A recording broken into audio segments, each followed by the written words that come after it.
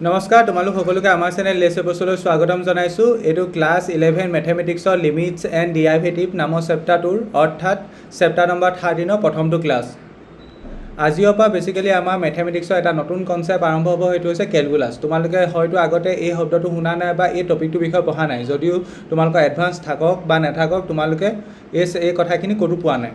Basically কিছুমান chapter তোমালোকে আগতে এডভান্স মেথছ থকাসকলে পঢ়ি আহিছিলে অলপ চলপ, যিবোৰ প্ৰথম চেপ্টাৰবোৰ পঢ়িছিলোঁ, ত্ৰিকোণমিতি, ৰিলেশ্যন ফাংচন বা তেনেকুৱা ধৰণৰ চেপ্টাৰবোৰ এডভান্সত অলপ চলপ পঢ়ি আহিছিলে। কিন্তু লিমিটছ এণ্ড ডিৰাইভেটিভ চেপ্টাৰটো এনেকুৱা এটা চেপ্টাৰ যিটো তোমালোকে ক'তো পঢ়া নাই, এডভান্স আছিলে যদিও পঢ়া নাই যদিও পঢ়া নাই। গতিকে এই লিমিটছ এণ্ড ডিৰাইভেটিভ চেপ্টাৰটো মেথমেটিক্সৰ এটা সম্পূৰ্ণ নতুন টপিকত পৰে বা এটা চাব ব্ৰাঞ্চত পৰে। সেই ব্ৰাঞ্চটো কয় কেলকুলাছ। কি বুলি কয়? কেলকুলাছ। গতিকে আমি সেই কেলকুলাছৰ লগতে আজি আমাৰ চিনাকি হ'ব। মেথমেটিক্সৰ এটা ডাঙৰ ব্ৰাঞ্চ কেলকুলাছ, যেনেদৰে মেথমেটিক্সৰ এলজেব্ৰা বুলি ব্ৰাঞ্চ এটা আছে, কেলকুলাছ বুলি ব্ৰাঞ্চ এটা আছে, ত্ৰিকোণমিতি, ঠিক তেনেকৈ মেথমেটিক্সত কেলকুলাছ এটা ডাঙৰ ব্ৰাঞ্চ। তাৰ ভিতৰত আমাৰ প্ৰথম বিগিনিংটো হৈছে লিমিটছ এণ্ড ডিৰাইভেটিভ। ঠিক আছে, গতিকে আজিৰ পৰা আমি এই চেপ্টাৰটো আৰম্ভ কৰিম। গতিকে আজি প্ৰথম ক্লাছ অনুসৰি মই লাইভত বহুত ল'ৰা ছোৱালী পাইছোঁ আৰু সকলোকে অনুজনাম তোমালোকে লাইভত ক্লাছবোৰ কৰিবলৈ চেষ্টা কৰিবা, তেতিয়া বস্তুবোৰ সমানে সমানে আগবাঢ়ি গৈ থাকে। এতিয়া তেন্তে বেছিকেলি এই চেপ্টাৰটোৰ কনচেপ্টটো বুজিবলৈ চেষ্টা কৰিবা। অংক হিচাপে কৰিব হ'লে বিগিনিঙৰ অংকখিনি একদম ইজি। এক্সাৰচাইজ 13.1ৰ যিখিনি অংক আছে সেইখিনিত একোৱেই নাই, একদম পানী অংক। কিন্তু তাৰ ভিতৰৰ খেলখন, তাৰ ভিতৰৰ অংকখিনি বুজি পোৱাটো মেইন। এইখিনিত এক্সাৰচাইজ হিচাপে যদি মই কৰাব লাগে, এতিয়া মই ডাইৰেক্ট যদি এক্সাৰচাইজ 13.1টো ষ্টাৰ্ট কৰি দিওঁ আৰু যদি অংকবোৰ কৰি যাওঁ, তোমালোকে বুজি পাই গৈ থাকিবা। মানে অংক হিচাপে বুজি পাবলৈ ইমান টান নহয়। ধৰি লোৱা লিমিট অংকবোৰ এনেকুৱা ধৰণৰ আছে, লিমিট x টেন্স টু 3, ধৰি লোৱা টুৱাইছ x প্লাছ 5, এইটো ধৰি লোৱা ছল্ভ কৰিব লাগে। তেতিয়া কি কৰিব লাগে? এক্সৰ জেগাত 3 বহাই দিব লাগিব। কিন্তু এই কামখিনি কেলৈ কৰোঁ বা ইয়াৰ আঁৰৰ কাহিনীটো কি বা লিমিট মানে কি, সেই কনচেপ্টটো বুজি পাব লাগে। কাৰণ লিমিট এনেকুৱা এটা কনচেপ্ট যিটো তোমাৰ মেথমেটিক্সৰ কেৰিয়াৰত কেতিয়াও তোমাক লগ নেৰে। তোমাক সকলো ক্ষেত্ৰতে লাগিবই। যদি তুমি মেথছৰ ফিল্ডত থকা, লিমিট শব্দটো পায়ে থাকিবা, মানে ডেইলিয়ে পাবা। ডেইলি কেইবাৰ পাবা ঠিক নাই। যেনেদৰে ছেট চেপ্টাৰটো পাই থাকিবা বুলি কৈছিলোঁ, লিমিট শব্দটো পায়ে থাকিবা যদি মেথমেটিক্সৰ লাইনতে থাকা। গতিকে লিমিট বহুত ইম্পৰ্টেণ্ট হয়। মই ক'লোৱে আমাৰ এটা টপিক এটা আছে, টপিকটোৰ নাম কি? কেলকুলাছ। এতিয়া কেলকুলাছত বেছিকেলি আমি এটা বস্তু ফ'ল' কৰোঁ, সেইটো হৈছে LCD। LCD মানে কি? তোমালোকে লিখিব নালাগে। L মানে হৈছে লিমিট, C মানে হৈছে কণ্টিনিউটি, এণ্ড D মানে হৈছে ডিফাৰেঞ্চিয়েবিলিটি। তোমালোকে লিখিব নালাগে, মই যেতিয়াবা লিখিব লাগে তেতিয়াবা ক'ম বাৰু। ডিফাৰেঞ্চিয়েবিলিটি মানে বেছিকেলি কি, এই বস্তু তিনিটা এটাৰ লগত আনটো ইণ্টাৰলিংক আৰু গোটেইকেইটা কেলকুলাছৰ পাৰ্ট হয়। যদিহে তুমি লিমিট পাৰা তেতিয়াহে তুমি কণ্টিনিউটি পাৰিবা, যদিহে তুমি কণ্টিনিউটি পাৰা তেতিয়াহে তুমি ডিফাৰেঞ্চিয়েবিলিটি পাৰিবা। গোটেইখিনি এটাৰ লগত আনটো ইণ্টাৰলিংক হৈ আছে। গতিকে তোমালোকে লিমিট শব্দটো পাৰিবই লাগিব। মেথমেটিক্সত কিছুমান চেপ্টাৰ থাকে যিবোৰ তুমি মাষ্ট বি জানিবই লাগিব। ধৰি লোৱা কেতিয়াবা কিছুমান টপিক কিছুমান ষ্টুডেণ্টে পঢ়িবলৈ টান পায় বা স্কিপ কৰি দিয়ে, হয়নে? স্কিপ কৰি দিয়ে। ধৰি লোৱা সেই চেপ্টাৰটো মই নপঢ়োঁ, কিন্তু তুমি এই চেপ্টাৰটোৰ লগত কৰিব নোৱাৰা বা লিমিট চেপ্টাৰটো বা এই টপিকটোৰ লগত কৰিব নোৱাৰা। যদিহে এই টপিকটোৰ লগত তুমি খেলি মেলি কৰা, তেন্তে গোটেই কেলকুলাছ পাৰ্টটো তোমাৰ উইক হৈ যাব। মানে এই লিমিটৰ ওপৰত বেছ কৰিয়ে তোমালোকে 12ত এটা বস্তু পঢ়িব পাবা, কণ্টিনিউটি। 12ত আছে বস্তুটো কণ্টিনিউটি। এই কণ্টিনিউটিত সম্পূৰ্ণ লিমিটৰ কনচেপ্ট লাগে, সম্পূৰ্ণ লিমিট লাগে। যদিহে তুমি 11ত ভালকৈ লিমিট কি বস্তুখিনি শিকি যোৱা, তেন্তে 12টো বহুত স্মুথকৈ যাব। ঠিক তেনেদৰে 12ত আৰু এটা বস্তু পঢ়িব পাবা, ডিফাৰেঞ্চিয়েবিলিটি। এই বস্তু আছে বাৰু, এইটো অলপ চলপ তোমালোকক দিছে, এই চেপ্টাৰটোতে দিছে। এই চেপ্টাৰটোৰ নামটোৱে কি দিয়া আছে? ডিৰাইভেটিভ। মানে বেছিকেলি ডিফাৰেঞ্চিয়েবিলিটিক তুমি ডিৰাইভেটিভ বুলিও ক'ব পাৰা। মানে বেছিকেলি কণ্টিনিউটি আৰু ডিফাৰেঞ্চিয়েবিলিটি টপিককেইটাত লিমিটৰ বহুত ইউজ হ'ব। গতিকে আমি লিমিট মাষ্ট বি জানিবই লাগিব। সেইটো কথা তোমালোকে মনত ভৰাই যোৱা যে এইটো চেপ্টাৰ তুমি স্কিপ কেতিয়াও কৰিব নোৱাৰা, পঢ়িব লাগিবই। তেন্তে আমি লিমিট কি সেই বিষয়ে আগে ধাৰণাটো ল'ম, বা লিমিট কেলৈ উৎপন্ন হ'ল, কনচেপ্টটোনো কি। কিন্তু মই এইখিনিতে তোমালোকক এটা কথা জনাওঁ যে লিমিট এটা ডাঙৰ ভাষ্ট কনচেপ্ট, বহুত ডাঙৰ কনচেপ্ট। এইটো এটা বহুত ডাঙৰ কনচেপ্ট। তুমি ধৰি লোৱা এদিনতে সম্পূৰ্ণ কনচেপ্টখিনি তুমি শিকাটো সম্ভৱ নহয়। বা লিমিট চেপ্টাৰটো ধৰি লোৱা তোমাক মই আজি লেভেলত যিখিনি বুজাই দিলোঁ, তাৰপৰা তুমি যেতিয়া পঢ়ি গৈ থাকিবা, তুমি আৰু পঢ়ি গৈ থাকিব পাৰিবা। শেষ নহয় মানে লিমিট, কণ্টিনিউটি, কেলকুলাছ শেষ নহয় ইমান সোনকালে। মানে বেছিকেলি সেইকাৰণে ফাউণ্ডেশ্যনটো ষ্ট্ৰং কৰিবলৈ চেষ্টা কৰিবা। তেতিয়া তুমি যেনেদৰে আগবাঢ়ি গৈ থাকিব পাৰিবা। যদি ফাউণ্ডেশ্যনে কি, লিমিট মানে কি নাজানা, ধৰি লোৱা লিমিট মানে জাষ্ট ভেলু পুট কৰিব লাগে সেইটো জানা, তেতিয়া প্ৰব্লেম হ'ব। গতিকে মই বেছিক মানে কুৱেশ্যন কৰাতকৈ মই আজি ক্লাছটোত মেইন কনচেপ্টটোত ফ'কাছ কৰিম। লিমিট মানে কি, লিমিটৰ মিনিংটো কি, লিমিটৰ একচুৱেল মিনিংটো কি, বা লিমিটত আমি কি কৰোঁ, সেই কথাখিনি মই আজি বেছি ফ'কাছ কৰিম। মানে ফাউণ্ডেশ্যনটোত বেছি ফ'কাছ কৰিম। যদিহে ফাউণ্ডেশ্যন তোমালোকৰ ষ্ট্ৰং হয়, তেন্তে কুৱেশ্যনবোৰতো অবভিয়াছলি পাৰিবা। এটা কুৱেশ্যন কৰাই দিলে বাকীখিনি পাৰিবা, তেনেকুৱা ধৰণৰ কথা। ফাউণ্ডেশ্যনটোত বেছি মানে ষ্ট্ৰং কৰাটো বেছি গুৰুত্বপূৰ্ণ, কাৰণ এই টপিকটো লাগিবই তোমালোকৰ। তেন্তে আজি হেডিং লগাবা কনচেপ্ট অফ লিমিট। আজি তেন্তে হেডিং লগাবা, আমি প্ৰথম হেডিংটো কি লিখিম? Concept of limit. মানে লিমিটৰ কনচেপ্টটো কিয় দৰকাৰ হ'ল, বা লিমিট মানে ক'লে আমি কি বুজি পাওঁ একচুৱেল, সেইটো ক'ম। Concept of limit.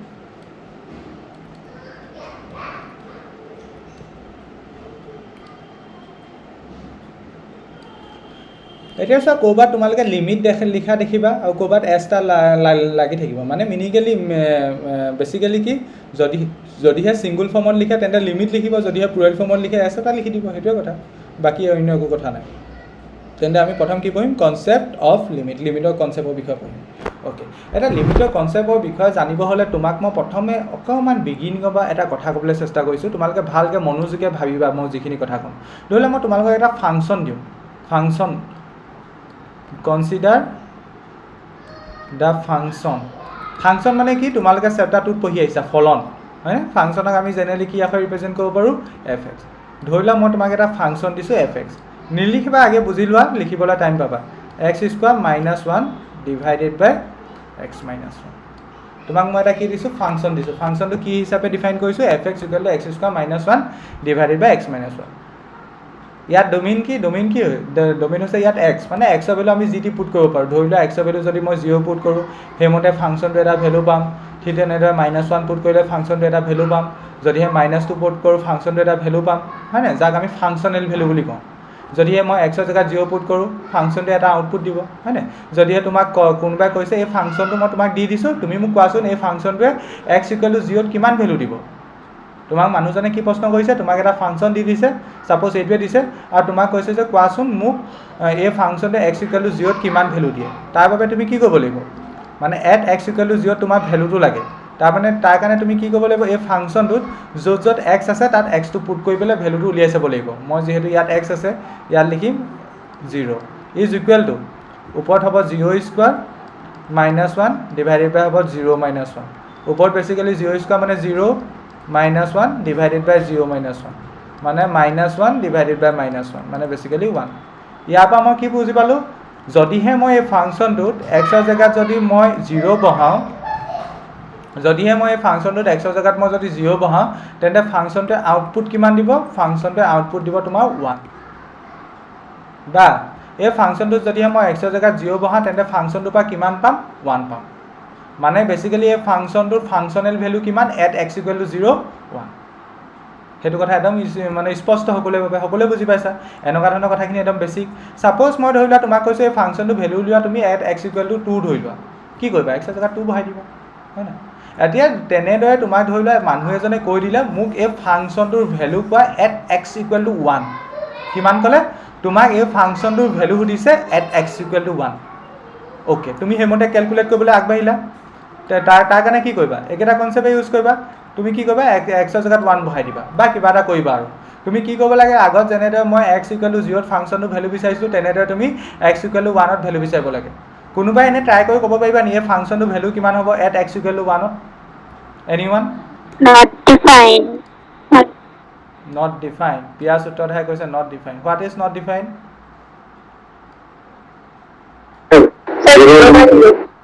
0 হলে হ'ব নেকি? 0 হ'ব। 0 হ'ব নেকি? মই 0 হ'ব বুলি মই কোৱা নাই দেই, মই তোমালোকক সুধিছোঁ 0 হ'ব নেকি সেইটো সুধিছোঁ। 0 কিছুমানে Not define. Okay, not define মানে এইটো ইংলিছ শব্দ, তাৰ মানেনো কি? নট ডিফাইন মানে কি? যাক আমি ডিফাইন পূৰ্ণ সংখ্যা এটা তলত 0 হলে এইটো নট ডিফাইন, যেটো আমি ৰিয়েল নাম্বাৰ বুলি কওঁ, হয় ডিফাইন কৰোঁ। অ'কে, এতিয়া আমি কি কৰিব কৈছোঁ? মই এই ফাংচনটো ভেলু উলিয়াব কৈছোঁ কিমান? এট এক্স ইকুৱেল টু 1ত ফাংচনটো ভেলু উলিয়াব কৈছোঁ। সেইমতে তুমি কি কৰিবা? এক্সৰ জেগাত কিমান বহাই দিবা? 1 বহাই দিবা। সেই আপেক্ষে তুমি ইয়াৰ ওপৰতো 1 বহাই দিবা। 1 স্কোৱাৰ মাইনাছ 1 ডিভাইডেড বাই 1 মাইনাছ 1। ওপৰত বেচিকেলি 1 স্কোৱাৰ মানে 1 মাইনাছ 1 ডিভাইডেড বাই তলতো 1 মাইনাছ 1। তেন্তে ওপৰত 1 মাইনাছ 1 মানে 0, তলত 1 মাইনাছ 1 মানে কি? 0। এতিয়া বহুতে এইডোখৰ এতিয়া ভুল কৰিব, সেই ভুলটো কি জানানে? ইয়াত 0/0 মানে ডাইৰেক্ট এইটো ইয়াৰ আনচাৰটো ক'ব 0, হয়নে? কিন্তু সদায় মনত ৰাখিবা 0/0 মানে আনচাৰটো 0 নহয়। 0/0 মানে আনচাৰটো 0 নহয় কোনবা এতিয়াও দুই এজনে কৈছিলে আনসাৰটো কিমান পাম কৈছিলে 0 পাম বুলি কৈছিল 0/0 মানে সদায় মনত ৰাখিবা আনসাৰটো 0 নহয় চোৱা কিবা এটা বস্তু যদি ওপৰত 0 থাকে কিবা এটা বস্তু যদি ওপৰত মানে লবটো যদি 0 হয় তলত যদি যিকোনো নাহক তলত ধৰিলা 10 আহক 100 আহক 1000 আহক 100 কোটি আহক তেন্তে আলটিমেট ফাইনেল আনসাৰটো 0 হয় সেইটো কথা আমি সকলোৱে জানো কিবা এটা বস্তু যদি ওপৰটো যদি 0 হয় তলৰ সংখ্যাটো যিকোনো মানে সংখ্যা আহিলেও মানে আনসাৰটো 0 হয় কিন্তু তলৰটো 0 হৈ যাব নোৱাৰে কিন্তু তলৰ বস্তুটো 0 হৈ যাব নোৱাৰে তলৰ বস্তুটো 0 হোৱা মানে কি তলৰ বস্তুটো 0 হোৱা মানে উক্ত বস্তুটো তুমি 0 হৰণ কৰিছা মানে বেসিক্যালি কথাটো এনেকুৱা ধৰণৰ ধৰি লোৱা তুমি ক'ৰবাত লিখিছা ধৰি লোৱা তুমি 0 বাই সাপোজ 1 তেন্তে ইয়াৰ আনসাৰটো কিমান হ'ব 0/1 মানে কিমান 0 0/1 মানে কিমান 0 কিন্তু তুমি ইয়াৰ পৰা এইটো ক'ব নোৱাৰা 1/0 মানে যে 0 হ'ব এই দুটাৰ মাজত ডিফাৰেন্স আছে কিন্তু ওপৰটো হৈছে 0/1 আৰু হেতু হৈছে 1/0 ওপৰটো এনে লজিক্যাল মিনিং কি ওপৰটো এনে লজিক্যাল মিনিং কি এটা বস্তু আছে সাপোজ এটা বস্তু তুমি এটা ভাগে কৰিলা এটা ভাগৰ পৰা 0টা ভাগ লৈছা 0টা ভাগ লৈছা মানে কি 0 এতিয়া ইয়াৰ মিনিংটো অলপ বেলেগ কিন্তু ইয়াৰ মিনিংটো কি এটা বস্তু আছে এনেকুৱা এটা বস্তু তাৰ পৰা তুমি তাক 0টা ভাগ কৰিলা আমি যে লিখো 2/5 তাৰ একচুয়াল মিনিংটো কি এটা বস্তু আছে ধৰিলা এটা বস্তু আছিলে তাক মই সমানে 5টা ভাগ কৰিলো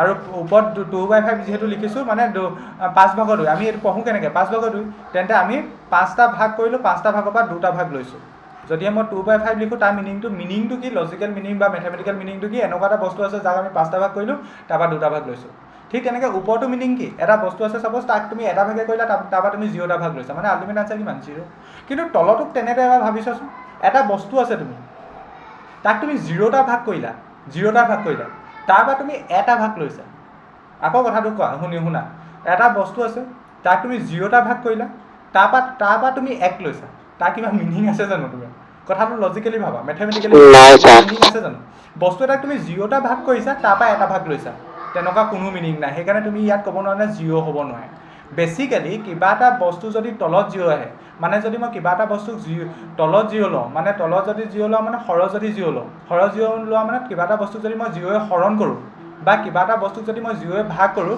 তেন্তে তাৰ আনসাৰটো হয় সংজ্ঞাবদ্ধ নহয় তাৰ আনসাৰটো কি সংজ্ঞাবদ্ধ নহয় যাক আমি ডিফাইন কৰিব নোৱাৰোঁ অসমীয়াত কি বুলি কয় সংজ্ঞাবদ্ধ নহয় আৰু ইংলিছত ইয়াকে কয় নট ডিফাইন ইংলিছত ইয়াকে কি বুলি কয় নট ডিফাইন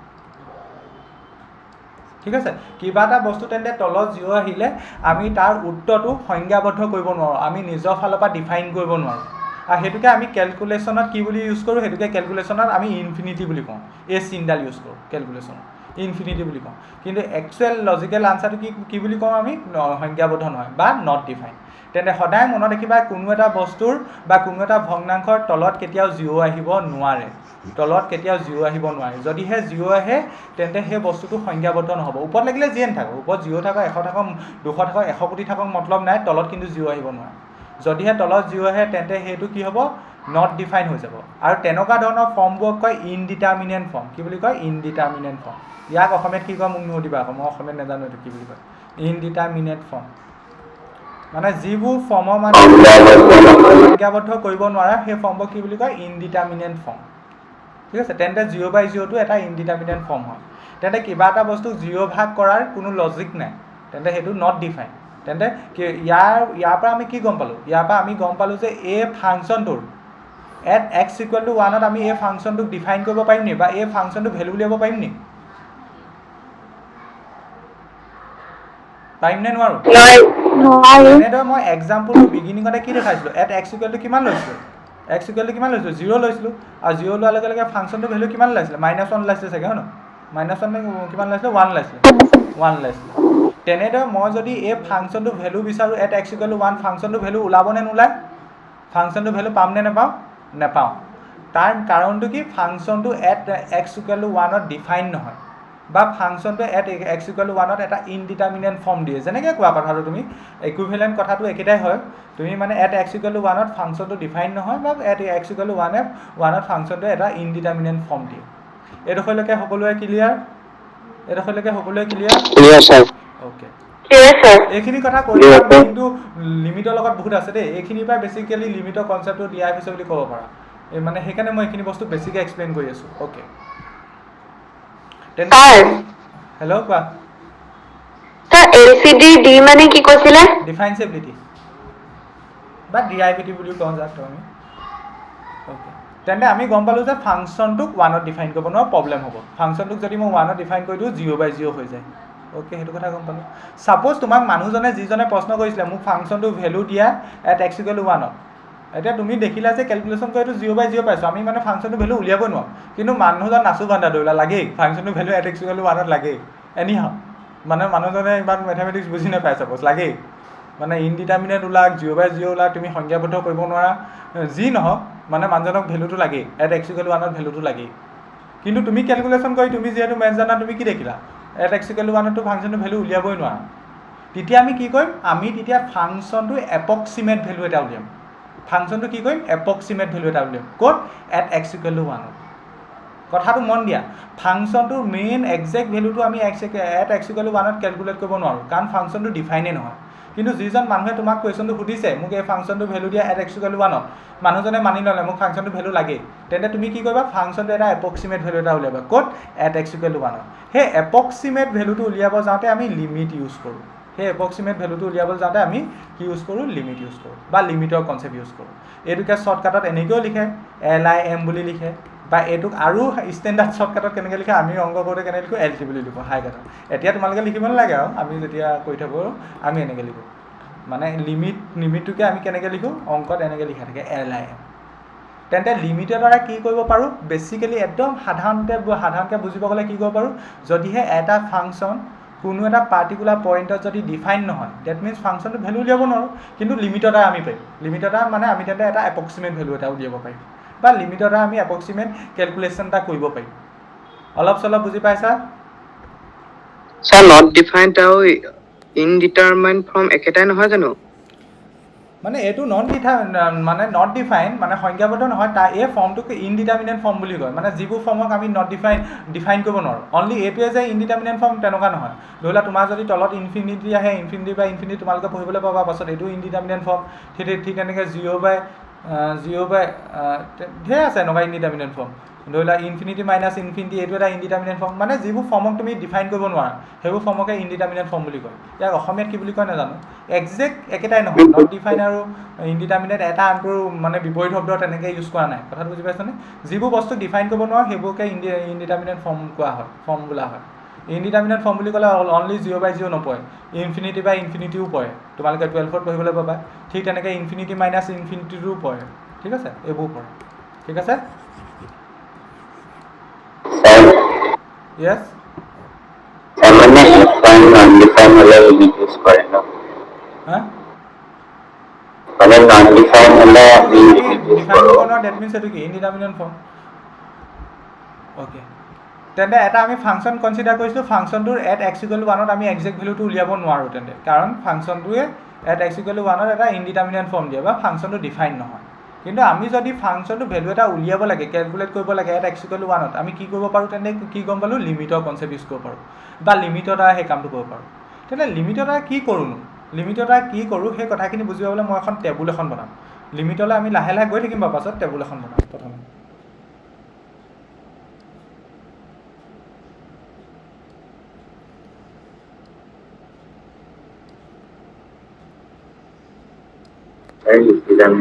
লিখি যোৱা, এতিয়া লিখি যোৱা।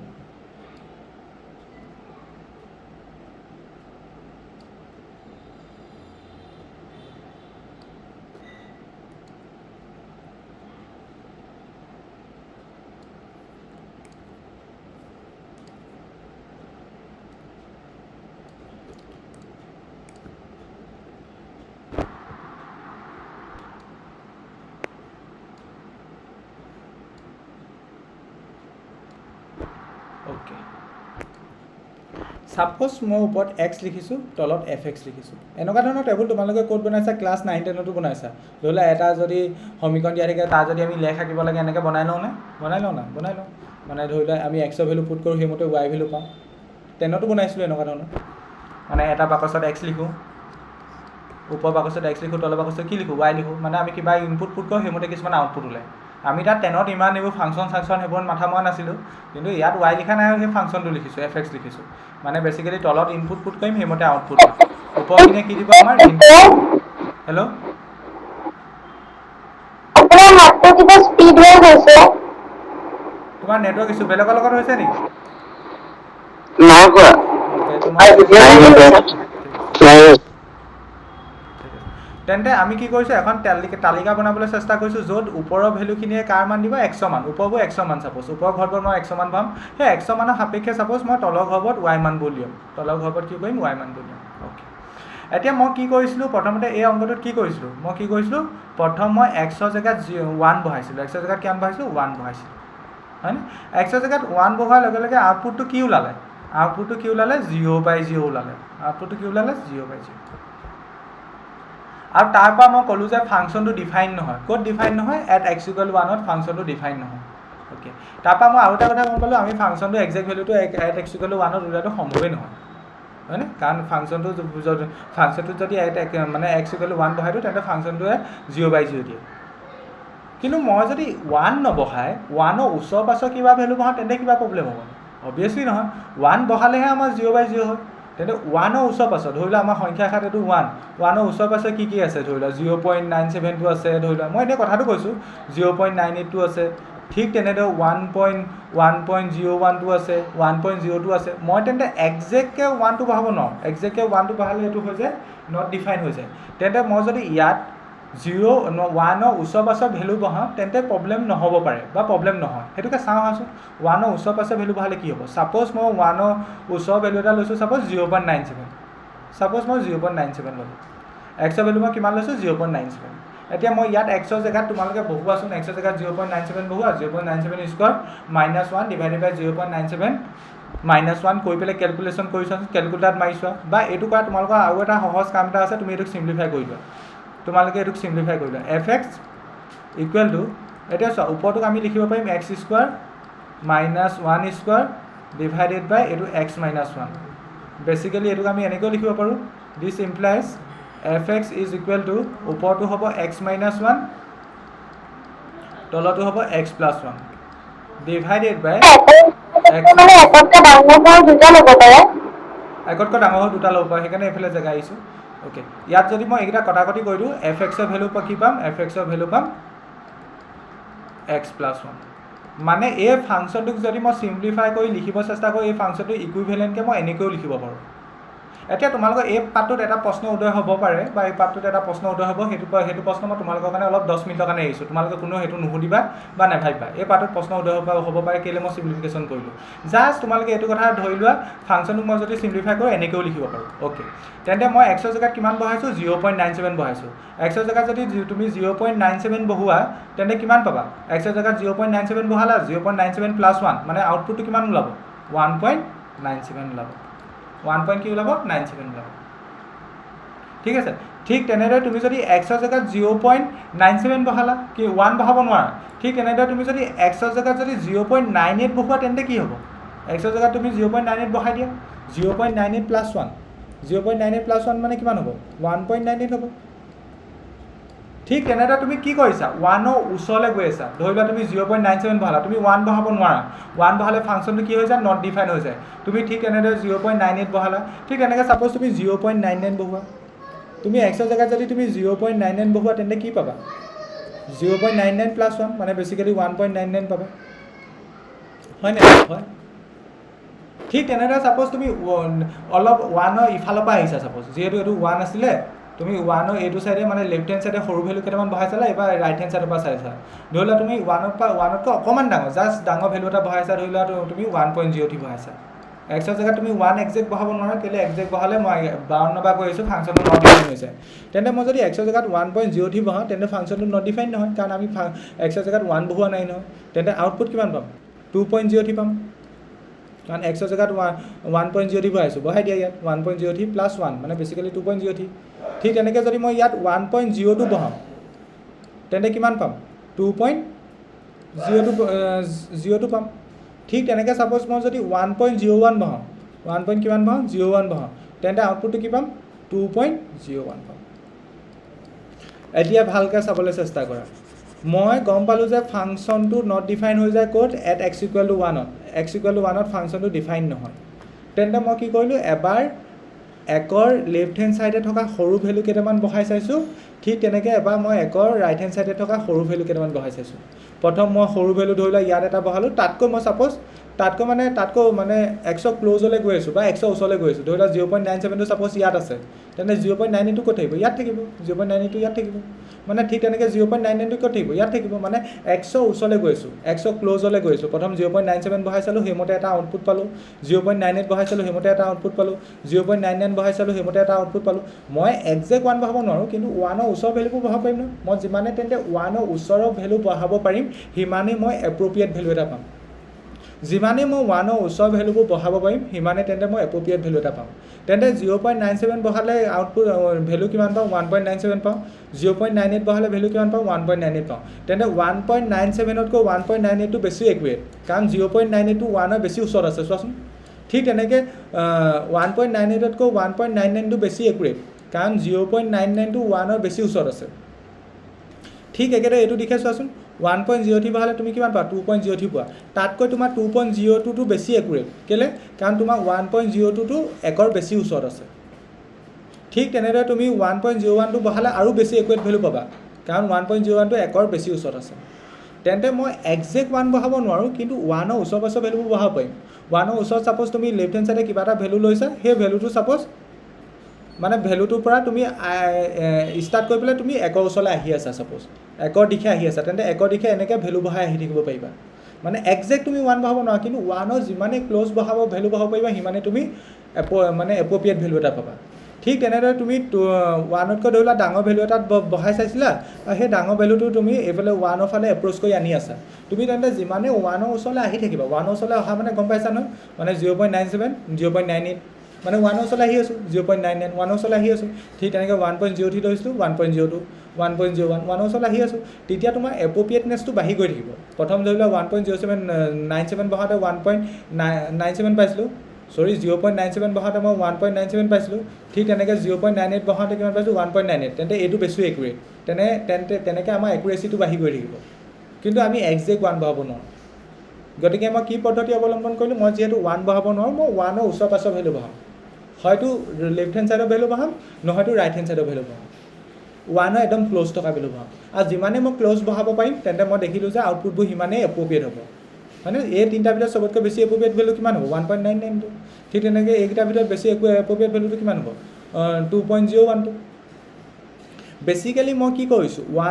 0.97 0.98 0.99 1ৰ ওচৰলৈ গৈ আছোঁ মই একজেক্ট 1 বহাব পৰা নাই 1ৰ ওচৰলৈ এপ্ৰ'চ কৰিছোঁ আমাৰ চেনেলটোৰ নাম যে লেটছ এপ্ৰ'চ তেনেকৈ এপ্ৰ'চ কৰিছোঁ ধৰি লওক 1ৰ ওচৰলৈ গৈছোঁ এপ্ৰ'চ কৰিছোঁ মানে আগবাঢ়ি গৈছোঁ ঠিক তেনেদৰে আমি একজেক্ট 1 বহাব নোৱাৰোঁ ইটো ছাইডৰ পৰা ৰাইট হেণ্ড ছাইডৰ পৰা 1ৰ ওচৰলৈ আহিছোঁ তেতিয়া এটা কথা মন কৰাচোন যেতিয়া তুমি 1ৰ ওচৰলৈ এপ্ৰ'চ কৰি গৈ আছা বা 1ৰ দিশে গৈ আছা তেন্তে তোমাৰ আউটপুটটো কি হৈছে অকণমান ভালকৈ লক্ষ্য কৰা 1.97 প্ৰথম আউটপুটটো পালা 1.97 নেক্সট কি পালা 1.98 নেক্সট কি পালা 1.99 অ'কে প্ৰথম পাইছা 1.98 নেক্সট কি পাইছা 1.99 নেক্সট কি পাইছা 1.97 পালা 98 পালা 1.99 তেনেকৈ গৈ আছে আউটপুটবোৰ গৈ আছে ঠিক তেনেদৰে তুমি ইটো দিশৰ পৰা আহোঁতে কি দেখিলা প্ৰথম 2.03 পাইছিলা তাৰপিছত কি পালা 2.02 পালা তাৰপিছত কি পালা 2.01 পালা বেচিকেলি এটা বস্তুলৈ গৈ আছা তুমি এটা বস্তুলৈ গৈ আছা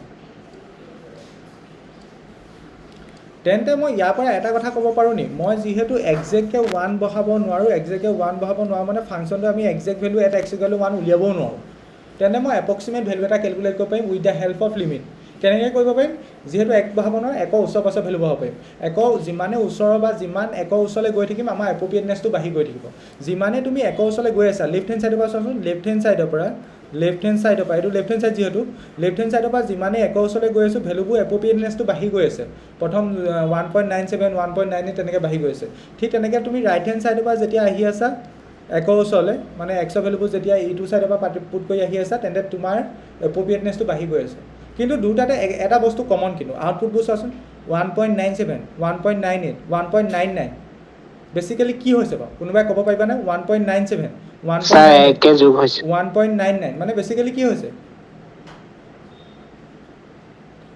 ঠিক একেটা এইটো লিখি আছোঁ 2.01 বাঢ়ি গৈছে 2.02 2.01 বেচিকেলি কি হৈছে এটা ভেলু ওচৰলৈ গৈ আছে সেই ভেলুটো কি 2 সেই ভেলুটো কি 2 চোৱাচোন ইয়াত 1.97 1.98 1.99 ইয়াত 1.99তকৈ যদি আৰু ক্ল'জ ভেলু এটা বহোৱা একৰ আৰু ক্ল'জ এটা ভেলু এটা বহোৱা তেন্তে তুমি আৰু ক্ল'জ ভেলু এটা পাবা তেনেকৈ ভেলুটো গৈ আছে কাৰ ওচৰলৈ গৈ আছে 2ৰ ওচৰলৈ গৈ আছে তুমি যদি ইটো ফালৰ পৰা চোৱা ভেলুবোৰ এটা পইণ্টৰ ওচৰলৈ গৈ আহি আছে কাৰ ওচৰলৈ আহি আছে 2 ওচৰলৈ আহি আছে তুমি তেন্তে একৰ যিমানে ক্ল'জ ভেলু বহাব পাৰিবা তুমি তেন্তে আনচাৰবোৰ দেখিবা যে 2ৰ ওচৰলৈ গৈ থাকিব তুমি এইবোৰ কেলকুলেটাৰ সহায় ল'ব লাগিব ধৰি লোৱা তুমি ইয়াতকৈ সৰু ভেলু বহাইছা ধৰি লোৱা ইয়াতকৈ সৰু ভেলু চৰি ইয়াতকৈ ক্ল'জ ভেলু বহাইছা ধৰি লোৱা একৰ ওচৰত তেন্তে আৰু তুমি ক্ল'জ ভেলু এটা পাবা 2ৰ ওচৰত মানে তুমি দেখিবা যেতিয়াই তুমি 1ৰ ওচৰলৈ গৈ থাকিবা এপ্ৰ'চ কৰি গৈ থাকিবা লাগিলে তুমি লেফ্ট হেণ্ড ছাইডৰ পৰা আহা লাগিলে তুমি ৰাইট হেণ্ড ছাইডৰ পৰা আহা এপ্ৰ'চ কৰি গৈ থাকিবা তোমাৰ আউটপুটটো বা তোমাৰ ভেলুটো এটা পইণ্টলৈ গৈ থাকিব বা এটা পইণ্টৰ দিশে গৈ থাকিব একজেক্ট নহয়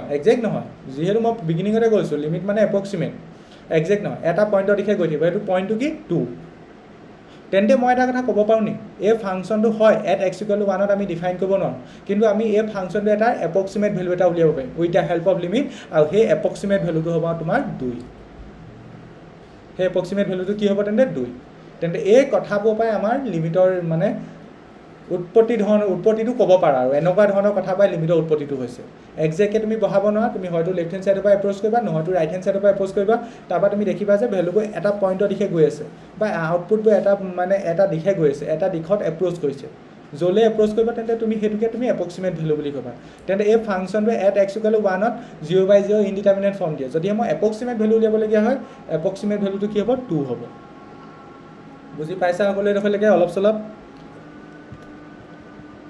যিমান ডোখৰ বুজাইছোঁ সিমান ডোখৰেই অভাৰ ভাবিলে এনেও বুজি নোপোৱা যিমান ডোখৰ বুজাইছোঁ সিমান ডোখৰলৈকে বুজি পাইছা নপঢ়োৱা কথা নুসুধিবা যিমান ডোখৰ পঢ়াইছোঁ সিমান ডোখৰ সুধিবা এনেও মই চব পঢ়াম মই জানো কোৱা আমি ডাইৰেক্ট 0.99 আৰু 1.01 এই দুটা ধৰিলে নহ'ব 1.01তকৈ একৰ ওচৰত বেছি ক্ল'জ ভেলু আছে মই এইকেইটা তোমালোকক বুজাবলৈ লৈছোঁ ডাইৰেক্ট এইটো লৈ উলিয়াব নোৱাৰা নহয় ইয়াতকৈ 0.99তকৈ একৰ ওচৰত ক্ল'জ ভেলু আছে তুমি 1 আৰু 0.99 মাজতো 99ৰ মাজতো তোমালোকে জানাই চাগে আৰু অসংখ্য তুমি পৰিমেয় সংখ্যা পুট কৰিব পাৰিবা এইটোৱে তোমাৰ লাষ্ট এণ্ডিং নহয় একৰ ওচৰ এইটো একদম ক্ল'জ নহয় ইয়াতকৈ ক্ল'জ আছে মই এইটো জাষ্ট এক্সাম্পল লৈছোঁ এনেকৈ যিমানে তুমি একৰ ওচৰলৈ গৈ থাকিবা তোমাৰ ক্ল'জ এপ্ৰ'প্ৰিয়েটনেছটো বাঢ়ি গৈ থাকিব মইতো যে তোমাক কোৱা নাই তুমি 0.99ত আনচাৰটো উলিওৱা সেইটো মই এক্সাম্পলে লৈছোঁ বুজি পোৱা নাই একটো বহাব নোৱাৰো একৰ ওচৰলৈ যিমান গৈ থাকিবা মই তোমাক কোৱা নাই এইটো 0.99 তেনেকৈতো চবেই পাৰিলেহেঁতেন ডাইৰেক্ট 0.99টো বহাই দিলে হয় বা 1.01টো বহালেহেঁতেন তো ইয়াৰ মিনিংটো বুজিবলৈ চেষ্টা কৰা একৰ ওচৰলৈ এপ্ৰ'চ কৰি গৈ আছোঁ আমি যিমানে ওচৰলৈ গৈ থাকিব পাৰিম তুমি টেবুলখন আৰু বনাব পাৰিবা 0.99ৰ পাছতো মানে একৰ ক্ল'জ ভেলু আছে 0.99ৰ পিছত ধৰি লোৱা 0.991টো একৰ বেছি ক্ল'জ 0.99তকৈ তাতকৈ ধৰি লোৱা 0.992টো একৰ আৰু বেছি ক্ল'জ তেনেকৈ তুমি একৰ ওচৰলৈ গৈ থাকিব পাৰিবা মই সেই মিনিংটো বুজা একৰ যিমানেই ওচৰলৈ গৈ থাকিবা তোমাৰ এপ্ৰ'প্ৰিয়েটনেছটো আহি গৈ থাকিব মই এইটো বুজাইছোঁ নেকি বা 0.99টো বহাইছোঁ মই 0.99টো মানে এক্সাম্পলটাই দেখাইছোঁ ধৰি লোৱা 0.97টো ল'লে এইটো পাম 0.98টো পালে এইটো ল'লে এইটো পাম তেনেকৈ যিমানেই একৰ ওচৰলৈ গৈ থাকিবা তোমাৰ আউটপুটবোৰ এনেকৈ তোমাৰ এপ্ৰ'প্ৰিয়েটনেছটো বাঢ়ি গৈ থাকিব ঠিক আছে ধৰি লৈছে অকল মই এইকেইটা ধৰি লৈছোঁ ইয়াতকৈ 0.99টোৱে এণ্ডিং নহয় মই ইয়াতে গৈ এণ্ডিং নহয় তুমি আৰু ওচৰলৈ যাব লাগিব মইতো বুজাইছোঁ সেই কথাটো তুমি একৰ ওচৰলৈ আৰু এপ্ৰ'চ কৰিব লাগিব এইবোৰ যদি ইমানেই ইজি হ'লহেঁতেন খেলখন তুমি ধৰি লোৱা ডাইৰেক্ট 1 লৈ পেলাই 0.99 বহাই কেলকুলেশ্যনটো কৰি দিব পাৰিলা হয় কিন্তু এইটো কনচেপ্ট হয় it is a mathematical concept limit is a mathematical concept মানে তুমি সেই যিটো একজেক্ট ভেলু বহাব নোৱাৰা সেই ভেলুটোৰ ওচৰলৈ তুমি গৈ আছা মই গৈ থাকোঁতে মই ধৰি লোৱা তোমালোকক যিহেতু প্ৰথম পঢ়াইছোঁ উদাহৰণ দিবলৈ 0.97 0.98 0.99 দেখাইছোঁ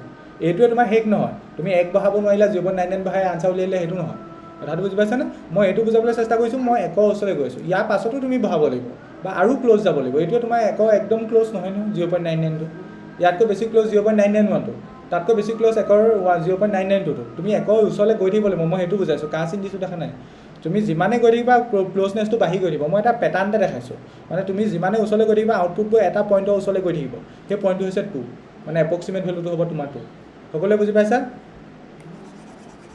পাইছোঁ ছাৰ বাকীসকল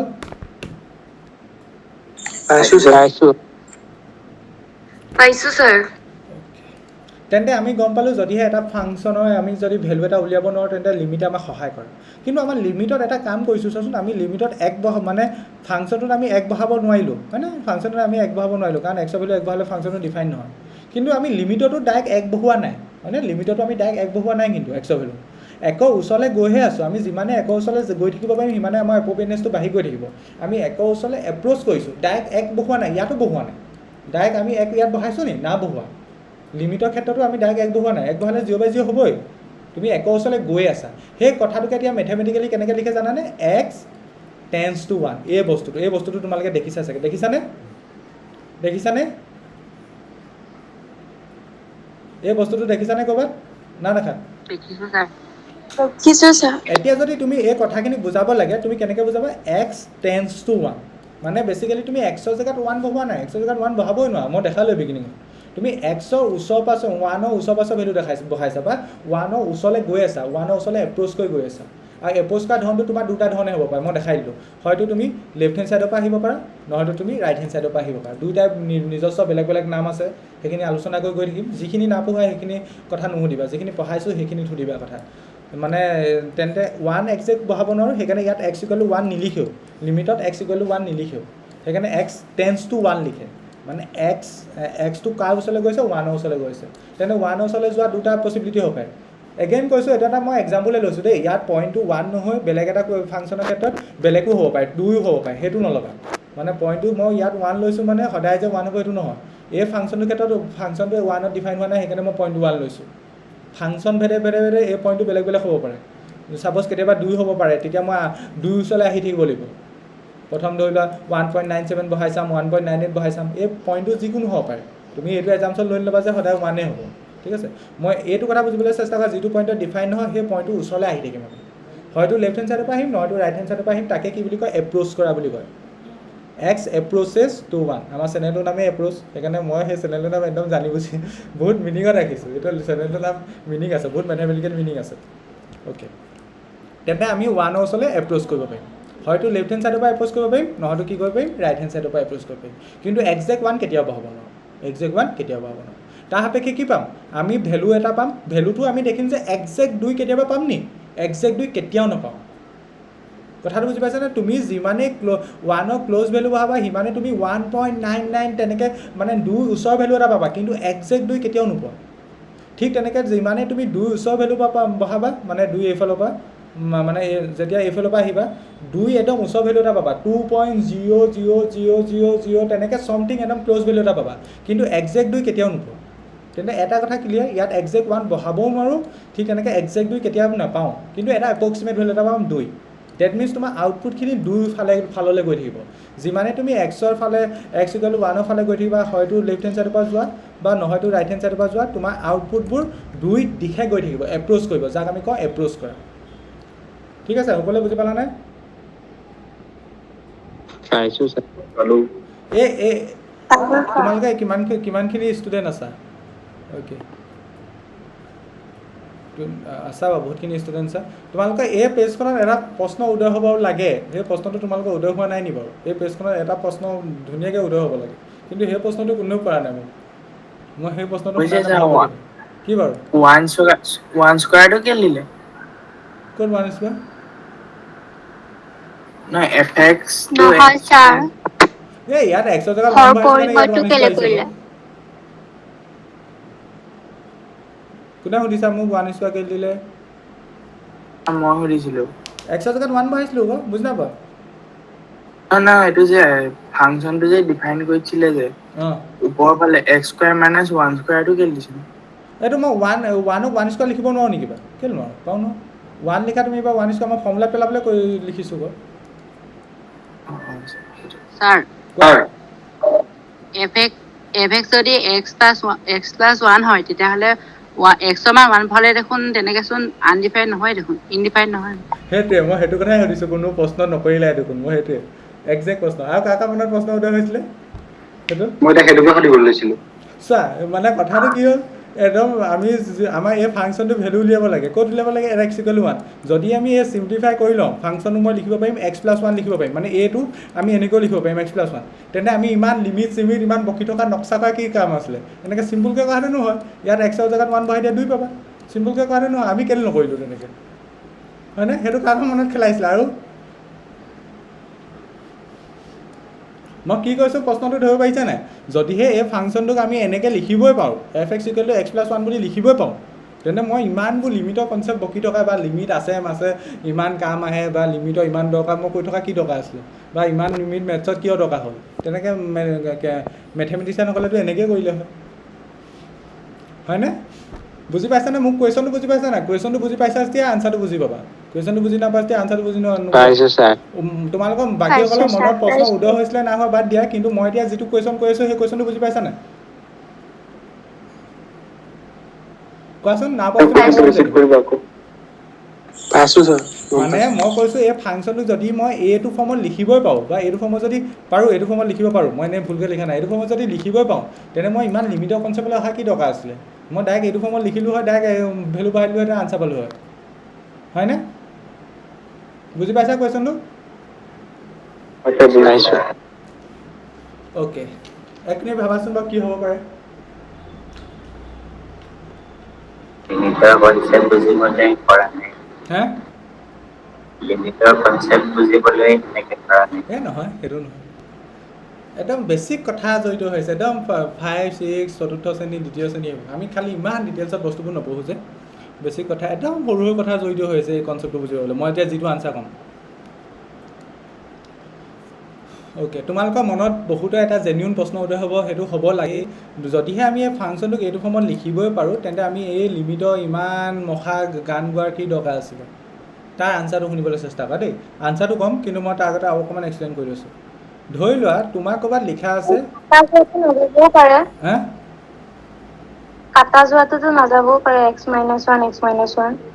কাটা যাব কিয় নাযাব দুটা একে বস্তু কাটিবলৈ যে মানা কৰে x থাকিলে তলে ওপৰে কোনে মনা কৰে মোৰ কথাটো শুনি লোৱা তোমালোকৰ সেয়া ভুল কনচেপ্ট আছে বহুত মোৰ কথাটো শুনিলা ধৰি লোৱা 5 × 5 × 5 ডিভাইডেড বাই 5 আছে আমি তেতিয়া কি কৰোঁ ডাইৰেক্ট 5 কাটি দিওঁ কোনো প্ৰব্লেম নাই ধৰি লোৱা তোমাৰ এনেকৈ লিখা আছে 2 × 3 ডিভাইডেড বাই 3 আছে আমি কি কৰোঁ ডাইৰেক্ট 3 কাটি দিওঁ কোনো প্ৰব্লেম নাই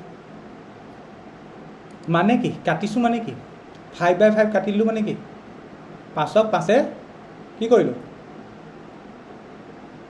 আমি মেথমেটিকেলিহে কওঁ কাটিলোঁ কিন্তু কৰিলোঁ কি 5ক 5 কি কৰিলোঁ হৰণ কৰিলোঁ অ'কে ইয়াত যে 3 কাটিলোঁ কি কৰিলোঁ 3 ঠিক হৰণ কৰিলোঁ তাৰ ফলত 1 পালোঁ ঠিক তেনেকৈ যদি তোমাক কয় 5 × 2 ডিভাইডেড বাই 2 আমি কি কৰোঁ 2 কাটি দিলোঁ মানে বেছিকেলি কি 2 হৰণ কৰিলোঁ তাৰ ফলত আনচাৰ 1 পালোঁ সেইকাৰণে 5 × 1 5 হ'ব মানে হৰণ কৰিলোঁ তেন্তে তুমি ক'ৰবাত এনেকুৱা দেখিছা নি আজিলৈকে এনেকুৱা কটাকটি কৰাত এনেকুৱা দেখিছা নি ক'ৰবাত মোক ক'বাচোন ছাপ'জ 5 × 0 আছে ছাপ'জ ডিভাইডেড বাই 0 আছে এনেকুৱা দেখিছা নি ক'ৰবাত এনেকৈ 0 কাটি দিছে নাই দেখা যদি এইটো পচিবল হ'লহেঁতেন ইয়াৰ মিনিংটো কি হ'ল হয় মানে আমি 0 হৰণ কৰিছোঁ ইয়াৰ মিনিংটো কি হ'ল হয় 0 আমি বস্তুটোক হৰণ কৰিছোঁ আকৌ মই আজি বিগিনিঙতে ক'লোঁ আজি ক্লাছটো বিগিনিঙতে ক'লোঁ মই কিবা এটা বস্তুক 0 হৰণ কৰিব পাৰি নে নোৱাৰি নোৱাৰি 0 কিবা এটা বস্তু হৰণ কৰিব নোৱাৰি তেন্তে আমাৰ এই কটাকটি কৰা প্ৰচেছটো আমি সৰুৰ পৰা শিকি আহিছোঁ দ্বিতীয় তৃতীয় চতুৰ্থ পঞ্চম শ্ৰেণীৰ পৰা শিকি আহিছোঁ কটাকটি কৰিব জানো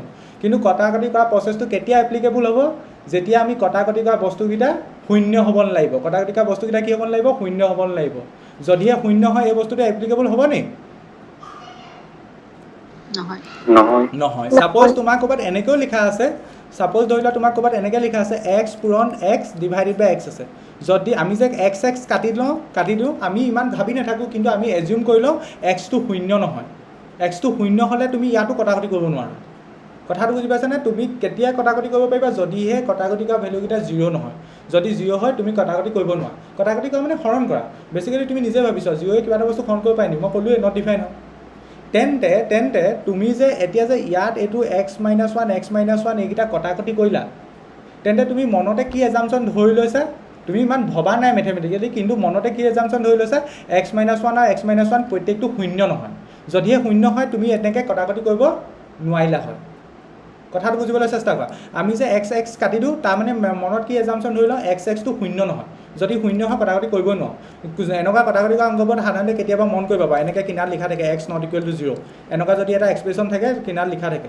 2x³ ডিভাইডেড বাই যদি x আছে কিনাৰত সদায় লিখা থাকিবই x ≠ 0 মানে xটো 0 হ'ব নোৱাৰে 0 হ'লে ইয়াত কটাকটি কৰিবই নোৱাৰা তুমি তেন্তে ইয়াত যে মই কটাকটি কৰিলোঁ, এই অংকটো যে ছিম্প্লিফাই কৰাৰ সময়ত যে মই কটাকটি কৰিলোঁ, কটাকটি কৰাৰ সময়ত মই তেন্তে কি এজাম্পশ্যন মনত ধৰি লৈছোঁ, মনত কি এজাম্পশ্যন ধৰি লৈছোঁ, x - 1টো শূন্য নহয়, x - 1টো শূন্য নহয়, আৰু তাৰ ফলত মই এইকেইটা কটাকটি কৰিছোঁ।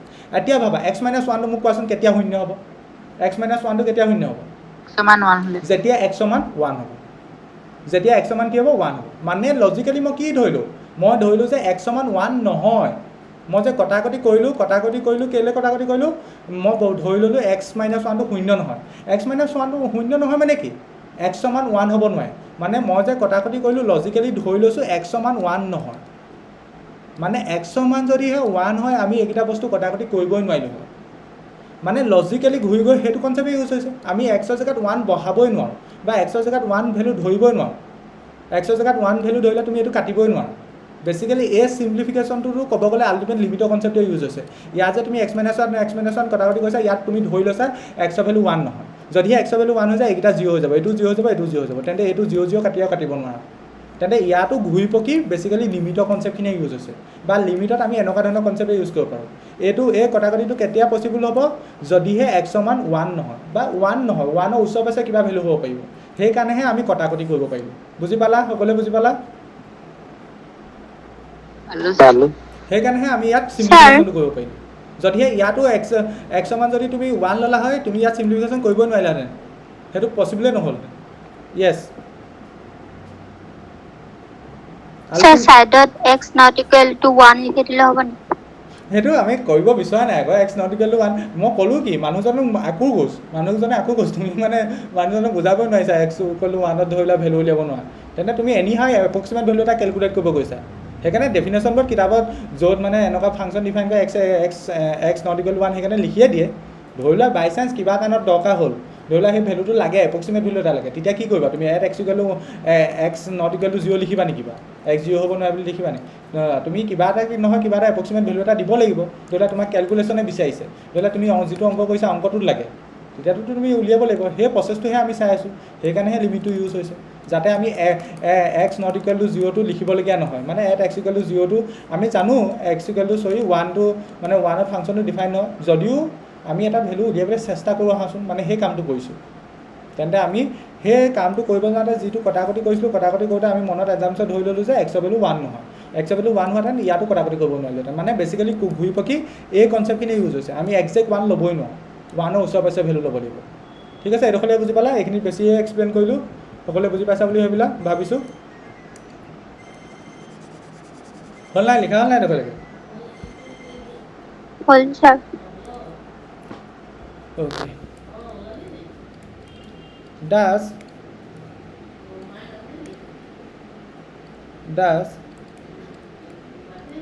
in both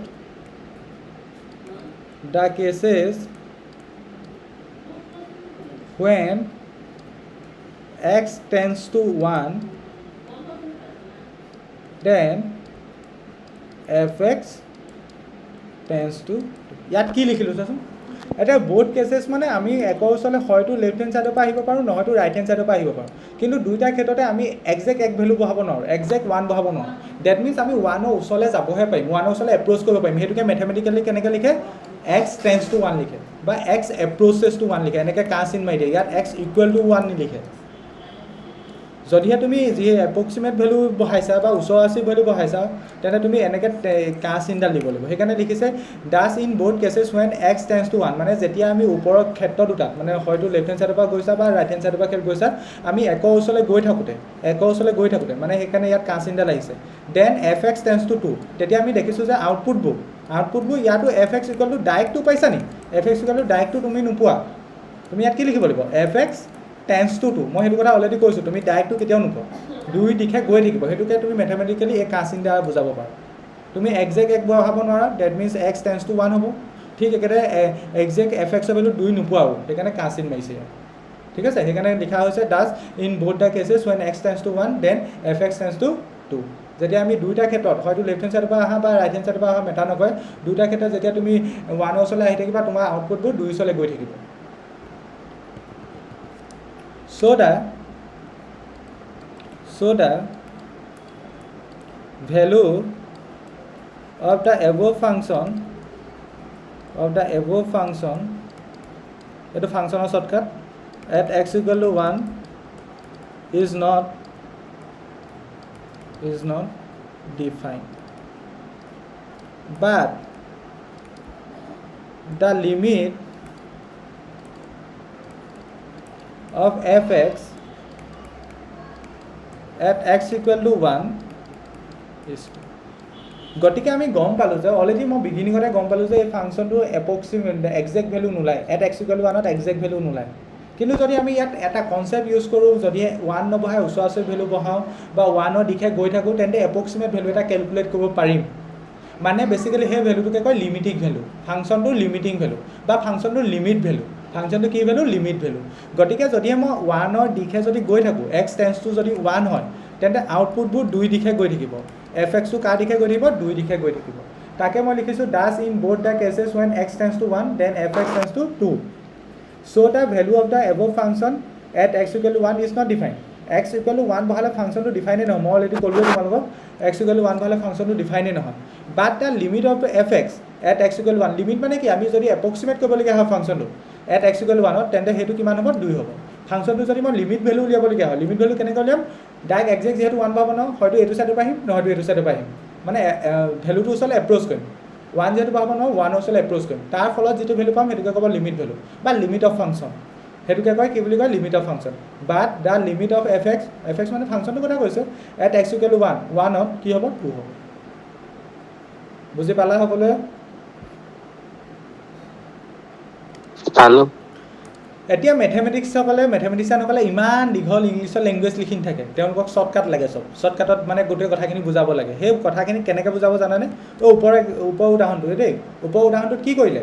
একজেক্ট 1 বহোৱা নাই, কথাখিনি মন দিয়া, একজেক্ট 1 বহোৱা নাই, 1ৰ দিশে কি কৰিছে? গৈ আছে, তাৰ ফলত আউটপুট কি পালে? 2 পালে। সেই কথাখিনিকে যদি এতিয়া বুজাব লাগে নিমিত ভাষাত কেনেকৈ বুজাব? লিমিট লিখিব, আৰু যিহেতু ফাংচনটো এফ এক্স, ইয়াত এফ এক্স লিখিব, আৰু ইয়াত লিখিব এক্স টেন্স টু 1। ইয়াৰ মিনিংটো কি? এই ফাংচনটোত এফ এক্স ফাংচনটোত এনেকুৱা ভেলুবোৰ বহোৱা হৈছে যিবোৰ ভেলু 1ৰ ওচৰ পাছৰ বা 1ৰ ওচৰ ভেলুবোৰ বহোৱা হৈছে, বা এই ফাংচনটোত যিবোৰ এক্স বহোৱা হৈছে সেইবোৰ এক্সবোৰ 1ৰ দিশে গৈ আছে। এই ফাংচনটোত যিবোৰ এক্স বহোৱা হৈছে, যিবোৰ ইনপুট বহোৱা হৈছে, সেই ইনপুটবোৰ 1ৰ দিশে গৈ আছে। ডজনট মেটাৰ কোনটো ছাইডৰ পৰা আহিছে, লেফ্ট হেণ্ড ছাইডৰ পৰা আহিছে নে ৰাইট হেণ্ড ছাইডৰ পৰা আহিছে, সেইটো পাছত পাতিম আমি। সেইবোৰ নাম আছে নিজস্ব, সেইটো ইমান নাভাবিবা। 1ৰ দিশে গৈ আছোঁ, তুমি হয়তো ৰাইট হেণ্ড ছাইডৰ পৰা আহিছা, নহয়তো লেফ্ট হেণ্ড ছাইডৰ পৰা আহিছা, বা দুটা ছাইডৰ পৰা আহিছা, তুমি 1ৰ দিশে জাষ্ট গৈ আছা, এপ্ৰ'চ কৰিছা। তেতিয়া তুমি আউটপুটটো কিমান পাইছিলা? 2 পাইছিলা। সেইটো কি লিখিম? Is equal two 2। টেন্সে যে ওপৰত মই যে এই গোটেই দীঘল দুটা লাইন লিখিলোঁ, এই লাইনখিনিকে যদি আমি মেথমেটিকেলি ৰিপ্ৰেজেণ্ট কৰিব লাগে, এই বাকচত লিখা বস্তুটোৰ দ্বাৰা কৰিম। এজন মেথ জনা মানুহে এই বস্তুটো দেখিয়ে গম পাব। এটা ফাংচন আছে এফ এক্স, সেই ফাংচনটোত আমাৰ এক্সৰ ভেলুবোৰ কি পুট কৰা হৈছে? 1ৰ ওচৰৰ ভেলুবোৰ পুট কৰা হৈছে, বা এই ফাংচনটোত যিটো এক্স আছে সেই এক্সটো 1ৰ দিশে গৈ আছে, এপ্ৰ'চ কৰিছে। তাৰ ফলত ফাংচনটোৱে যিটো এপ্ৰক্সিমেট ভেলু দিছে, সেই এপ্ৰক্সিমেট ভেলুটো কি দিছে? 2 দিছে। কথাটো বুজি পালানে? ফাংচনটোৱে এপ্ৰক্সিমেট ভেলুটো কি দিছে? 2 দিছে। ইয়াত আকৌ তোমালোকে এটা ভুল নল'বা, ইয়াত আকৌ কা চিন নেমাৰে। কথাটো বুজি পাইছানে? ইয়াত আকৌ কা চিন নেমাৰে। ইয়াত কেলৈ কা চিন নেমাৰে? যিহেতু এফ এক্সৰ আগত লিমিট শব্দটো লগাই দিছোঁ, মানে এইটো লিমিটিং ভেলু, সেইটো বুজাইছে। সেইকাৰণে ইয়াত সমান চিনে আহে, মানে বেছিকেলি লিমিট ফাংচনটোৰ জেগাত যদি যিটো ফাংচন লৈছোঁ, ফাংচনটোৰ যিটো ইনপুটটোত যদি আমি ভেলুবোৰ 1ৰ ওচৰৰ ভেলু পুট কৰোঁ বা 1ৰ ওচৰলৈ গৈ থাকোঁ ভেলুবোৰ, তেন্তে আমাৰ আউটপুটটো আহিব 2। তেন্তে ওপৰৰ কথাখিনিকে যদি ক'ব লাগে, এটা limit of f x at x equal to 1 is 2, এই ওপৰৰ যদি কথাখিনিকে এক্সপ্লেইন কৰিব লাগে মেথমেটিকেলি, 1ৰ দিশে ছাপ'জ মই গৈ আছোঁ, তাৰ ফলত আউটপুটটো পাইছোঁ, তেন্তে এই বাকচৰ ভিতৰত বস্তুটোৰ দ্বাৰা মই এক্সপ্লেইন কৰিব পাৰিম। বুজি পালা? লিমিটৰ কনচেপ্টটো ক্লিয়াৰ হৈছে অলপ চলপ?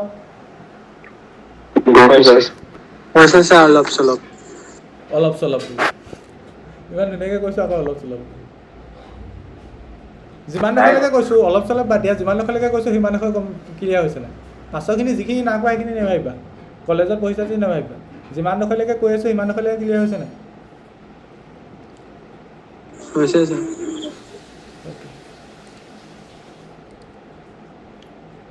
যদিহে মই এই পইণ্টটো যদি 1 নলৈ যদি চিম্পুল জেনেৰেল পইণ্ট এটা লৈ যদি লওঁ, এ লওঁ, যদি আউটপুটটো মই 2 নলৈ যদি এল লওঁ, মানে ছাপ'জ মই এই কথাখিনিকে যদি জেনেৰেলকৈ লিখোঁ, মই যদি এটা ফাংচনৰ ভেলুটো suppose at x equal to 8 যদি ডিফাইন নহয়,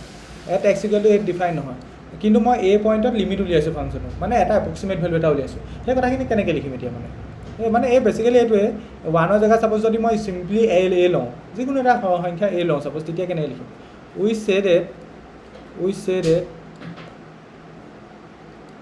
whenever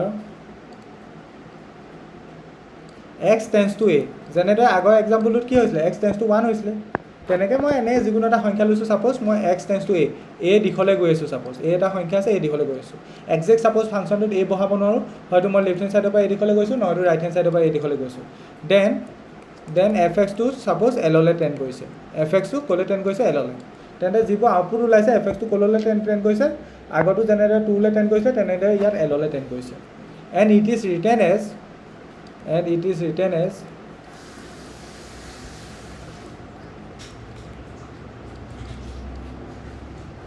লিমিট আগতো যিহেতু 1ৰ দিশে গৈ থাকোঁতে 1 লিখিছিলোঁ এইবাৰ কি লিখিম এ লিখিম এফ এক্স ইকুৱেল টু ইয়াৰ মিনিংটো কি এটা ফাংচন আছে ছাপ'জ এফ এক্স তাত ধৰি লোৱা এ একজেক্ট এত ধৰি লোৱা ফাংচনটো ডিফাইন কৰিব নোৱাৰোঁ তেন্তে আমি এ ওচৰলৈ গৈছোঁ ধৰি লোৱা ভেলুবোৰ এ ওচৰলৈ গৈ থকা হৈছে আৰু তাৰ ফলত যিটো আউটপুট পাইছে সেই আউটপুটটো কি 2 ছাপ'জ বুজি পালা ছাৰ পালো ছাৰ ছাৰ এলটোকে লিমিটিং ভেলু ক'ব নি লিমিটিং ভেলু বুলি ক'ব পাৰা কোনো প্ৰব্লেম নাই কিন্তু ইউজ নহয় আৰু হয়তো লিমিট বুলিয়ে কয় লিখা হ'ল এইডোখৰলৈকে নতুন পঢ়িছাৰ কাৰণে অকণমান বস্তুবোৰ লাগিবই নতুন কিন্তু যিখিনি বস্তু কওঁ ৰিভাইজ কৰিবা যদিহে একে ভিডিঅ'টোত প্ৰব্লেম লাগে আকৌ ৰেকৰ্ডিং চাব লাগিলে কিন্তু বুজিবলৈ চেষ্টা কৰিবা মই যিটো কনচেপ্ট ব্যৱহাৰ কৰিছোঁ আজি লিখা হিচাপেতো এপেজ দুপেজে লিখোৱা নাই দুপেজ বাদ দিয়া 2খন শ্লাইডে মোৰ যোৱা নাই কিন্তু কথা বহুত কৈছোঁ কনচেপ্ট বহুত জড়িত হৈছে এইবোৰ লগত যদি এইবোৰ কনচেপ্টবোৰ বুজি পোৱা মানে পঢ়ি ভাল লাগিব এইবোৰ পিয়'ৰ মেথমেটিক্স হয় নহ'লে উৰিব কিন্তু বিহু লাগি যাব পাছত যদি মেথছৰ লাইনত থাকা অ'কে এতিয়া মই কি দেখিলোঁ যেতিয়া মই 1টোৱে এক্সাম্পল লৈছোঁ 1ৰ ওচৰত মই 1 যিহেতু 1 বহাব নোৱাৰিছিলোঁ 1ক মই দুটা ফালৰ পৰা এপ্ৰ'চ কৰিছিলোঁ হয়তো লেফ্ট হেণ্ড ছাইডৰ পৰা 1ৰ দিশে আহিছিলোঁ নহয়তো ৰাইট হেণ্ড ছাইডৰ পৰা 1ৰ দিশে আহিছিলোঁ কি কৈছিলোঁ হয়তো লেফ্ট হেণ্ড ছাইডৰ পৰা 1ৰ দিশে আহিছিলোঁ নহয়তো ৰাইট হেণ্ড ছাইডৰ পৰা 1ৰ দিশে আহিছিলোঁ আৰু মই কৈছিলোঁ যে প্ৰত্যেকৰে নিজস্ব নাম আছে মই সেইটোকে এতিয়া লিখিম as x approaches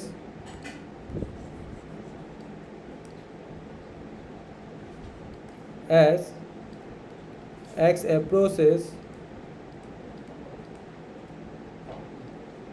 1 from left hand side then fx approaches 2 মানে বেচিকেলি আমি যেতিয়া 1ৰ ওচৰলৈ লেফ্ট হেণ্ড ছাইডৰ পৰা আহি আছিলোঁ বা 1ৰ ওচৰলৈ যেতিয়া 0.97 0.98 তেনেকৈ লেফ্ট হেণ্ড ছাইডৰ পৰা ভেলু বঢ়াই আহি আছিলোঁ তেতিয়া মই কি দেখিছিলোঁ আউটপুটবোৰ কাৰ ওচৰলৈ গৈ আছিলে 2 ওচৰলৈ গৈ আছিলে এতিয়া যে মই কৈছোঁ যে এজ এক্স এপ্ৰ'চেছ টু 1 মানে যেতিয়া মই 1ৰ ওচৰলৈ আহি থকা হৈছে লেফ্ট হেণ্ড ছাইডৰ পৰা তাক কি লিখিছোঁ as x approaches 1 from left hand side মানে 1ৰ ওচৰলৈ লেফ্ট হেণ্ড ছাইডৰ পৰা আহি থকা হৈছে মানে একজেক্ট 1 বহা নাই 1ৰ ওচৰলৈ লেফ্ট হেণ্ড ছাইডৰ পৰা আহিছোঁ মানে কি 1তকৈ সৰু ভেলুবোৰ বহাইছোঁ ছাপ'জ 0.97 বহালোঁ 0.98 বহাইছোঁ মানে 1তকৈ সৰু ভেলু কিন্তু লেফ্ট হেণ্ড ছাইডৰ পৰা আহিছোঁ লেফ্ট হেণ্ড ছাইড ক'লেও সৰু ভেলু বুজাব বেচিকেলি এই কথাখিনিকে যদি তুমি এবাৰ মেথছৰ ভাষাত লিখিব লাগে এই পইণ্টটোকে যদি তুমি মেথছৰ ভাষাত ৰিপ্ৰেজেণ্ট কৰিব লাগে x approaches 1 from left hand side এই কথাখিনিকে মেথছৰ ভাষাত লিখিব হ'লে তুমি এনেকৈ লিখিব লাগিব এক্স টেন্স টু 1 ওপৰত এনেকৈ সৰুকৈ মাইনাছ লিখি দিয়ে ইয়াৰ মিনিং কি মেথছ জনা মানুহজনে গম পাব 1ৰ ওচৰলৈ গৈ থকা হৈছে কোনটো ছাইডৰ পৰা গৈ থকা হৈছে লেফ্ট হেণ্ড ছাইডৰ পৰা গৈ থকা হৈছে ইয়াৰ মিনিংটো এইটো নহয় আকৌ -1 ওপৰত 1 আছে 1ৰ ওপৰত মাইনাছ আছে মানে 1ৰ দিশে গৈ থকা হৈছে কোনটো ছাইডৰ পৰা লেফ্ট হেণ্ড ছাইডৰ পৰা গৈ থকা হৈছে সেই এই লাইনটো মানে ইয়াৰ মিনিংটো কি এই লাইনটো x approaches 1 from left hand side তাকে যদি মই মেথমেটিকেলি লিখিব লাগে কেনেকৈ লিখিম এক্স টেন্স টু 1 মাইনাছ বহাই কেনেকৈ এক্স টেন্স টু 1 মাইনাছ ইয়াৰ মিনিংটো এইটো নহয় আকৌ কৈছোঁ -1 কথাটো বুজিবলৈ চেষ্টা কৰা 1 মাইনাছ 1 সৰুকৈ ওপৰত মাইনাছ আছে 1ৰ দিশে গৈ থকা হৈছে কোনটো ছাইডৰ পৰা গৈ থকা হৈছে লেফ্ট হেণ্ড ছাইডৰ পৰা গৈ থকা হৈছে দেন এফ এক্সৰ ভেলু কিমান পোৱা যায় এফ এক্সৰ ভেলু একজেক্ট পোৱা নাযায় এফ এক্সৰ ভেলুটো 2 ওচৰলৈ গৈ থাকে অ'কে বুজি পালোঁ তেন্তে সেইটোকে মই যদি লিমিটৰ সহায়ত লিখোঁ কেনেকৈ লিখিম লিমিট অনলি এইফালৰ পাৰ্টটো এইফালৰখিনি ৰাইট হেণ্ড ছাইডৰখিনি বাদ দিয়া অনলি এইফালৰ পাৰ্টটো যেতিয়া মই 1ৰ দিশে গৈ আছোঁ লেফ্ট হেণ্ড ছাইডৰ পৰা তাক মই কেনেকৈ লিখে ক'লোঁ এক্স টেন্স টু 1 মাইনাছ তেতিয়া মই কি দেখিছোঁ এফ এক্সটো কাৰ ওচৰলৈ গৈ আছে 1.97 1.98 1.99 দুই ওচৰলৈ গৈ আছে fx টেন্স টু 2 হৈছে তাকে যদি মই লিমিটৰ ভাষাত লিখোঁ অলৰেডি মই শিকাই আহিলোঁ কেনেকৈ লিখিব লাগিব ইয়াত fx লিখিব লাগিব অ'কে ইয়াত কি লিখিব লাগিব x টেন্স টু কি লিখিব লাগিব 1 ওপৰত মাইনাছ ইজ ইকুৱেল টু কি লিখিব লাগিব মই এগেইন আগতেতো কৈছিলোঁ ইয়াত কাচিন নিদিয়ে ইয়াত ইকুৱেল চিনে দিয়ে কেলৈ ইকুৱেল চিন দিয়ে কাৰণ অলৰেডি আগত লিমিট শব্দটো লাগিছে লিমিট মানে গম পাইছোঁৱে আমি ফাংচনটো লিমিটিং ভেলু এটা উলিয়াইছোঁ ইয়াত কাচিন নেমাৰে আকৌ ইয়াৰ মিনিংটো কি তেন্তে আমি একৰ ওচৰলৈ গৈ আছোঁ কোনটো দিশৰ পৰা গৈ আছোঁ লেফ্ট হেণ্ড ছাইডৰ পৰা গৈ আছোঁ তেতিয়া আমাৰ ফাংচনটো আউটপুটটো কি ওলায় বা ফাংচনটোৰ লিমিট কি হয় 2 হয় আৰু এই লিমিটটো এটা নিজস্ব নাম আছে এই নামটো কি জানানে লেফ্ট হেণ্ড লিমিট শ্বৰ্টকাটত কি বুলি কয় LHL লং ফৰ্মটো নিজৰ ভাষাত লিখি দিব পাৰা লেফ্ট হেণ্ড লিমিট কি বুলি কয় লেফ্ট হেণ্ড লিমিট বাওঁফালৰ limit left hand limit L মানে লেফ্ট H মানে হেণ্ড L মানে লিমিট LHL কথাটো বুজি পালা যদিহে আমি এটা ভেলু লেফ্ট হেণ্ড ছাইডৰ পৰা এপ্ৰ'চ কৰোঁ তেন্তে তাৰ ফলত যিটো লিমিট জেনেৰেট হয় সেই লিমিটটো কি বুলি কয় লেফ্ট হেণ্ড লিমিট বুলি কয় সকলোৱে ক্লিয়াৰ স্যাৰ য়েছ ক্লিয়াৰ স্যাৰ নেক্সট পেজত কি লিখিছে মই দেখি পোৱা নাই মোৰ নেটৱৰ্ক প্ৰব্লেম আছে বাকী কাৰোবাৰ প্ৰব্লেম হৈছে নি নাই হোৱা ছাৰ মই যে এইবোৰ লিখিছোঁ দেখিছা নাই as x approaches to 1 সেইবোৰ লিখিছা নাই এই স্ক্ৰীনখন দেখি আছা নাই এটা লাইনটোহে দেখা পাইছোঁ আই থিংক তোমাৰ প্ৰব্লেম নেটৱৰ্ক প্ৰব্লেম হৈছে চাগে স্যাৰ মোৰ প্ৰব্লেম হৈছে ৰেকৰ্ডিংটো অকণমান চাই ল'বা যিটো প্ৰব্লেম হৈছে যিটো লাইন দেখা নাই এতিয়া নেক্সট যদি মই লিখোঁ as x approaches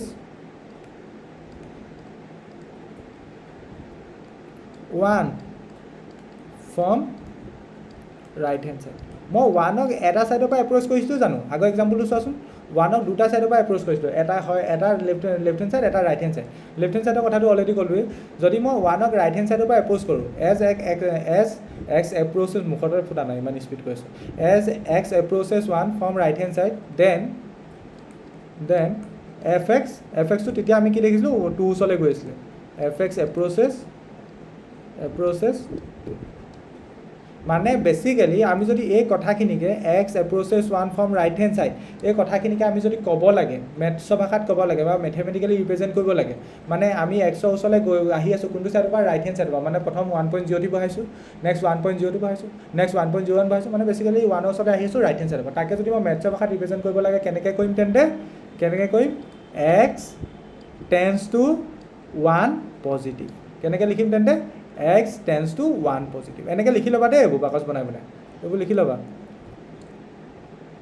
তেন্তে x টেন্স টু 1 পজিটিভ মানে কি তেন্তে 1ৰ ওচৰলৈ গৈ থকা হৈছে কোনটো ছাইডৰ পৰা গৈ থকা হৈছে ৰাইট হেণ্ড ছাইডৰ পৰা গৈ থকা হৈছে 1তকৈ মানে শ্লাইড ডাঙৰ ভেলু একদম শ্লাইড ডাঙৰ ভেলু সেইকাৰণে ওপৰত প্লাছ চিনটো আহিছে আৰু ইয়াৰ মিনিংটো হৈছে 1তকৈ শ্লাইড সৰু ভেলু ইয়াৰ মিনিংটো কি 1ৰ ওচৰলৈ গৈ থকা হৈছে কোনটো ছাইডৰ পৰা লেফ্ট হেণ্ড ছাইডৰ পৰা ইয়াৰ মিনিংটো কি 1ৰ ওচৰলৈ গৈ থকা হৈছে কোনটো ছাইডৰ পৰা ৰাইট হেণ্ড ছাইডৰ পৰা অ'কে সেইটো মানে মিনিংটো basically x approaches 1 from right hand side then তেতিয়াও আমি দেখিলোঁ যে fxটো 2 দিশলৈ গৈ থাকে তাকে যদি আমি লিমিটৰ ভাষাত ক'ব লাগে তেন্তে কেনেকৈ ক'ম লিমিট লিখিম আগত যিহেতু ফাংচন fx আছে fx লিখিম এবাৰ মই কি কৰিছোঁ xৰ ভেলুবোৰ কোনফালৰ পৰা বহাইছোঁ ৰাইট হেণ্ড ছাইডৰ পৰা বহাইছোঁ তেন্তে কেনেকৈ লিখিম x approaches 1 পজিটিভ মানে xৰ ওচৰলৈ আহি থকাটো হৈছে কোনটো ছাইডৰ পৰা ৰাইট হেণ্ড ছাইডৰ পৰা তেন্তে আউটপুটবোৰ কি পাইছোঁ 2 পাইছোঁ তেন্তে এই লিমিটটো এটা নিজস্ব নাম আছে কি লিমিট ক'ব তেন্তে এইটো কি লিমিট ক'ব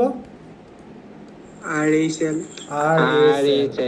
ৰাইট হেণ্ড লিমিট কথাটো বুজি পালানে ৰাইট হেণ্ড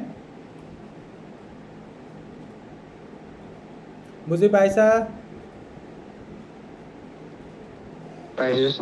অ'কে এতিয়া আমি এই যিটো এক্সাম্পল ল'লোঁ এক্সাম্পলটোত কি দেখিলোঁ যেতিয়া মই 1ৰ ওচৰলৈ লেফ্ট হেণ্ড ছাইডৰ পৰা আহি আছিলোঁ তেতিয়াও আমাৰ আউটপুটবোৰ বা fxৰ ভেলুবোৰ কাৰ ওচৰলৈ গৈ আছিলে 2 দিশে গৈ আছিলে আৰু যেতিয়া মই 1ৰ ওচৰলৈ ৰাইট হেণ্ড ছাইডৰ পৰা আহি আছিলোঁ তেতিয়া আউটপুটবোৰ কি দেখিছিলোঁ 2 ওচৰলৈ গৈ আছিলে মানে বেছিকেলি তাকে মই মেথমেটিকেলি যেতিয়া ফৰ্ম কৰিলোঁ তেতিয়া দেখিলোঁ যে লেফ্ট হেণ্ড লিমিটটো যেতিয়া উলিয়াইছিলোঁ লেফ্ট হেণ্ড লিমিটটো মই 2 পাইছিলোঁ ৰাইট হেণ্ড লিমিটটো মই যেতিয়া উলিয়ালোঁ ৰাইট হেণ্ড লিমিট মানে যেতিয়া 1ৰ ওচৰলৈ ৰাইট হেণ্ড ছাইডৰ পৰা আহিছোঁ তেতিয়াও মই 2 পাইছিলোঁ তেন্তে দুইখিনিকে যদি মই মিলাই লিখোঁ এনেকৈ লিখিব পাৰিম নি বাৰু দুইখিনিকে যদি মই মিলাই লিখোঁ এনেকৈ লিখিব পাৰিম নি চাবাচোন ভালকৈ limit x tends to 1 minus fx is equal to limit x tends to 1 plus fx কোনো প্ৰব্লেম নাই তুমি লেফ্ট হেণ্ড লিমিট ইয়াত যিমান ওলাইছে ৰাইট হেণ্ড লিমিটো সিমান ওলাইছে মানে বেছিকেলি 2 ওলাইছে এনেকৈ লিখিব পাৰিম লেফ্ট হেণ্ড লিমিট আৰু ৰাইট হেণ্ড লিমিট সমান হৈছে অ'কে মানে বেচিকেলি ইয়াৰ মিনিংটো কি মেথ জনা মানুহ এজনে দেখিলে গম পাব মানে ফাংচনটোৰ ভেলু মানে ফাংচনটোত ভেলু উলিওৱা হৈছে ওৱানৰ কোনটো ছাইডৰ পৰা অহা হৈছে লেফ্ট হেণ্ড ছাইডৰ পৰা অহা হৈছে প্ৰথম পাৰ্টটো আৰু ঠিক তেনেকৈ ফাংচনটো ভেলু উলিওৱা হৈছে কেনেকৈ উলিওৱা হৈছে ওৱানৰ ৰাইট হেণ্ড ছাইডৰ পৰা অহা হৈছে অ'কে আৰু দুইটা ক্ষেত্ৰতে দেখিলে যে আউটপুটবোৰ সমান ওলাইছে 2 ওলাইছে তেন্তে এই লাইনটোকে আমি দুটা লাইন নিলিখি যিহেতু লেফ্ট হেণ্ড লিমিট আৰু ৰাইট হেণ্ড লিমিট সমান হৈ গ'ল দুটা লাইন নিলিখি আমি চিম্পলি এনেকৈ লিখিব পাৰোঁ limit x tends to 1 f(x) is equal two যদিহে ওপৰত প্লাছ মাইনাছ একো চিন দিয়া নাথাকে তাৰ মিনিংটো কি তাত লেফ্ট হেণ্ড লিমিটৰ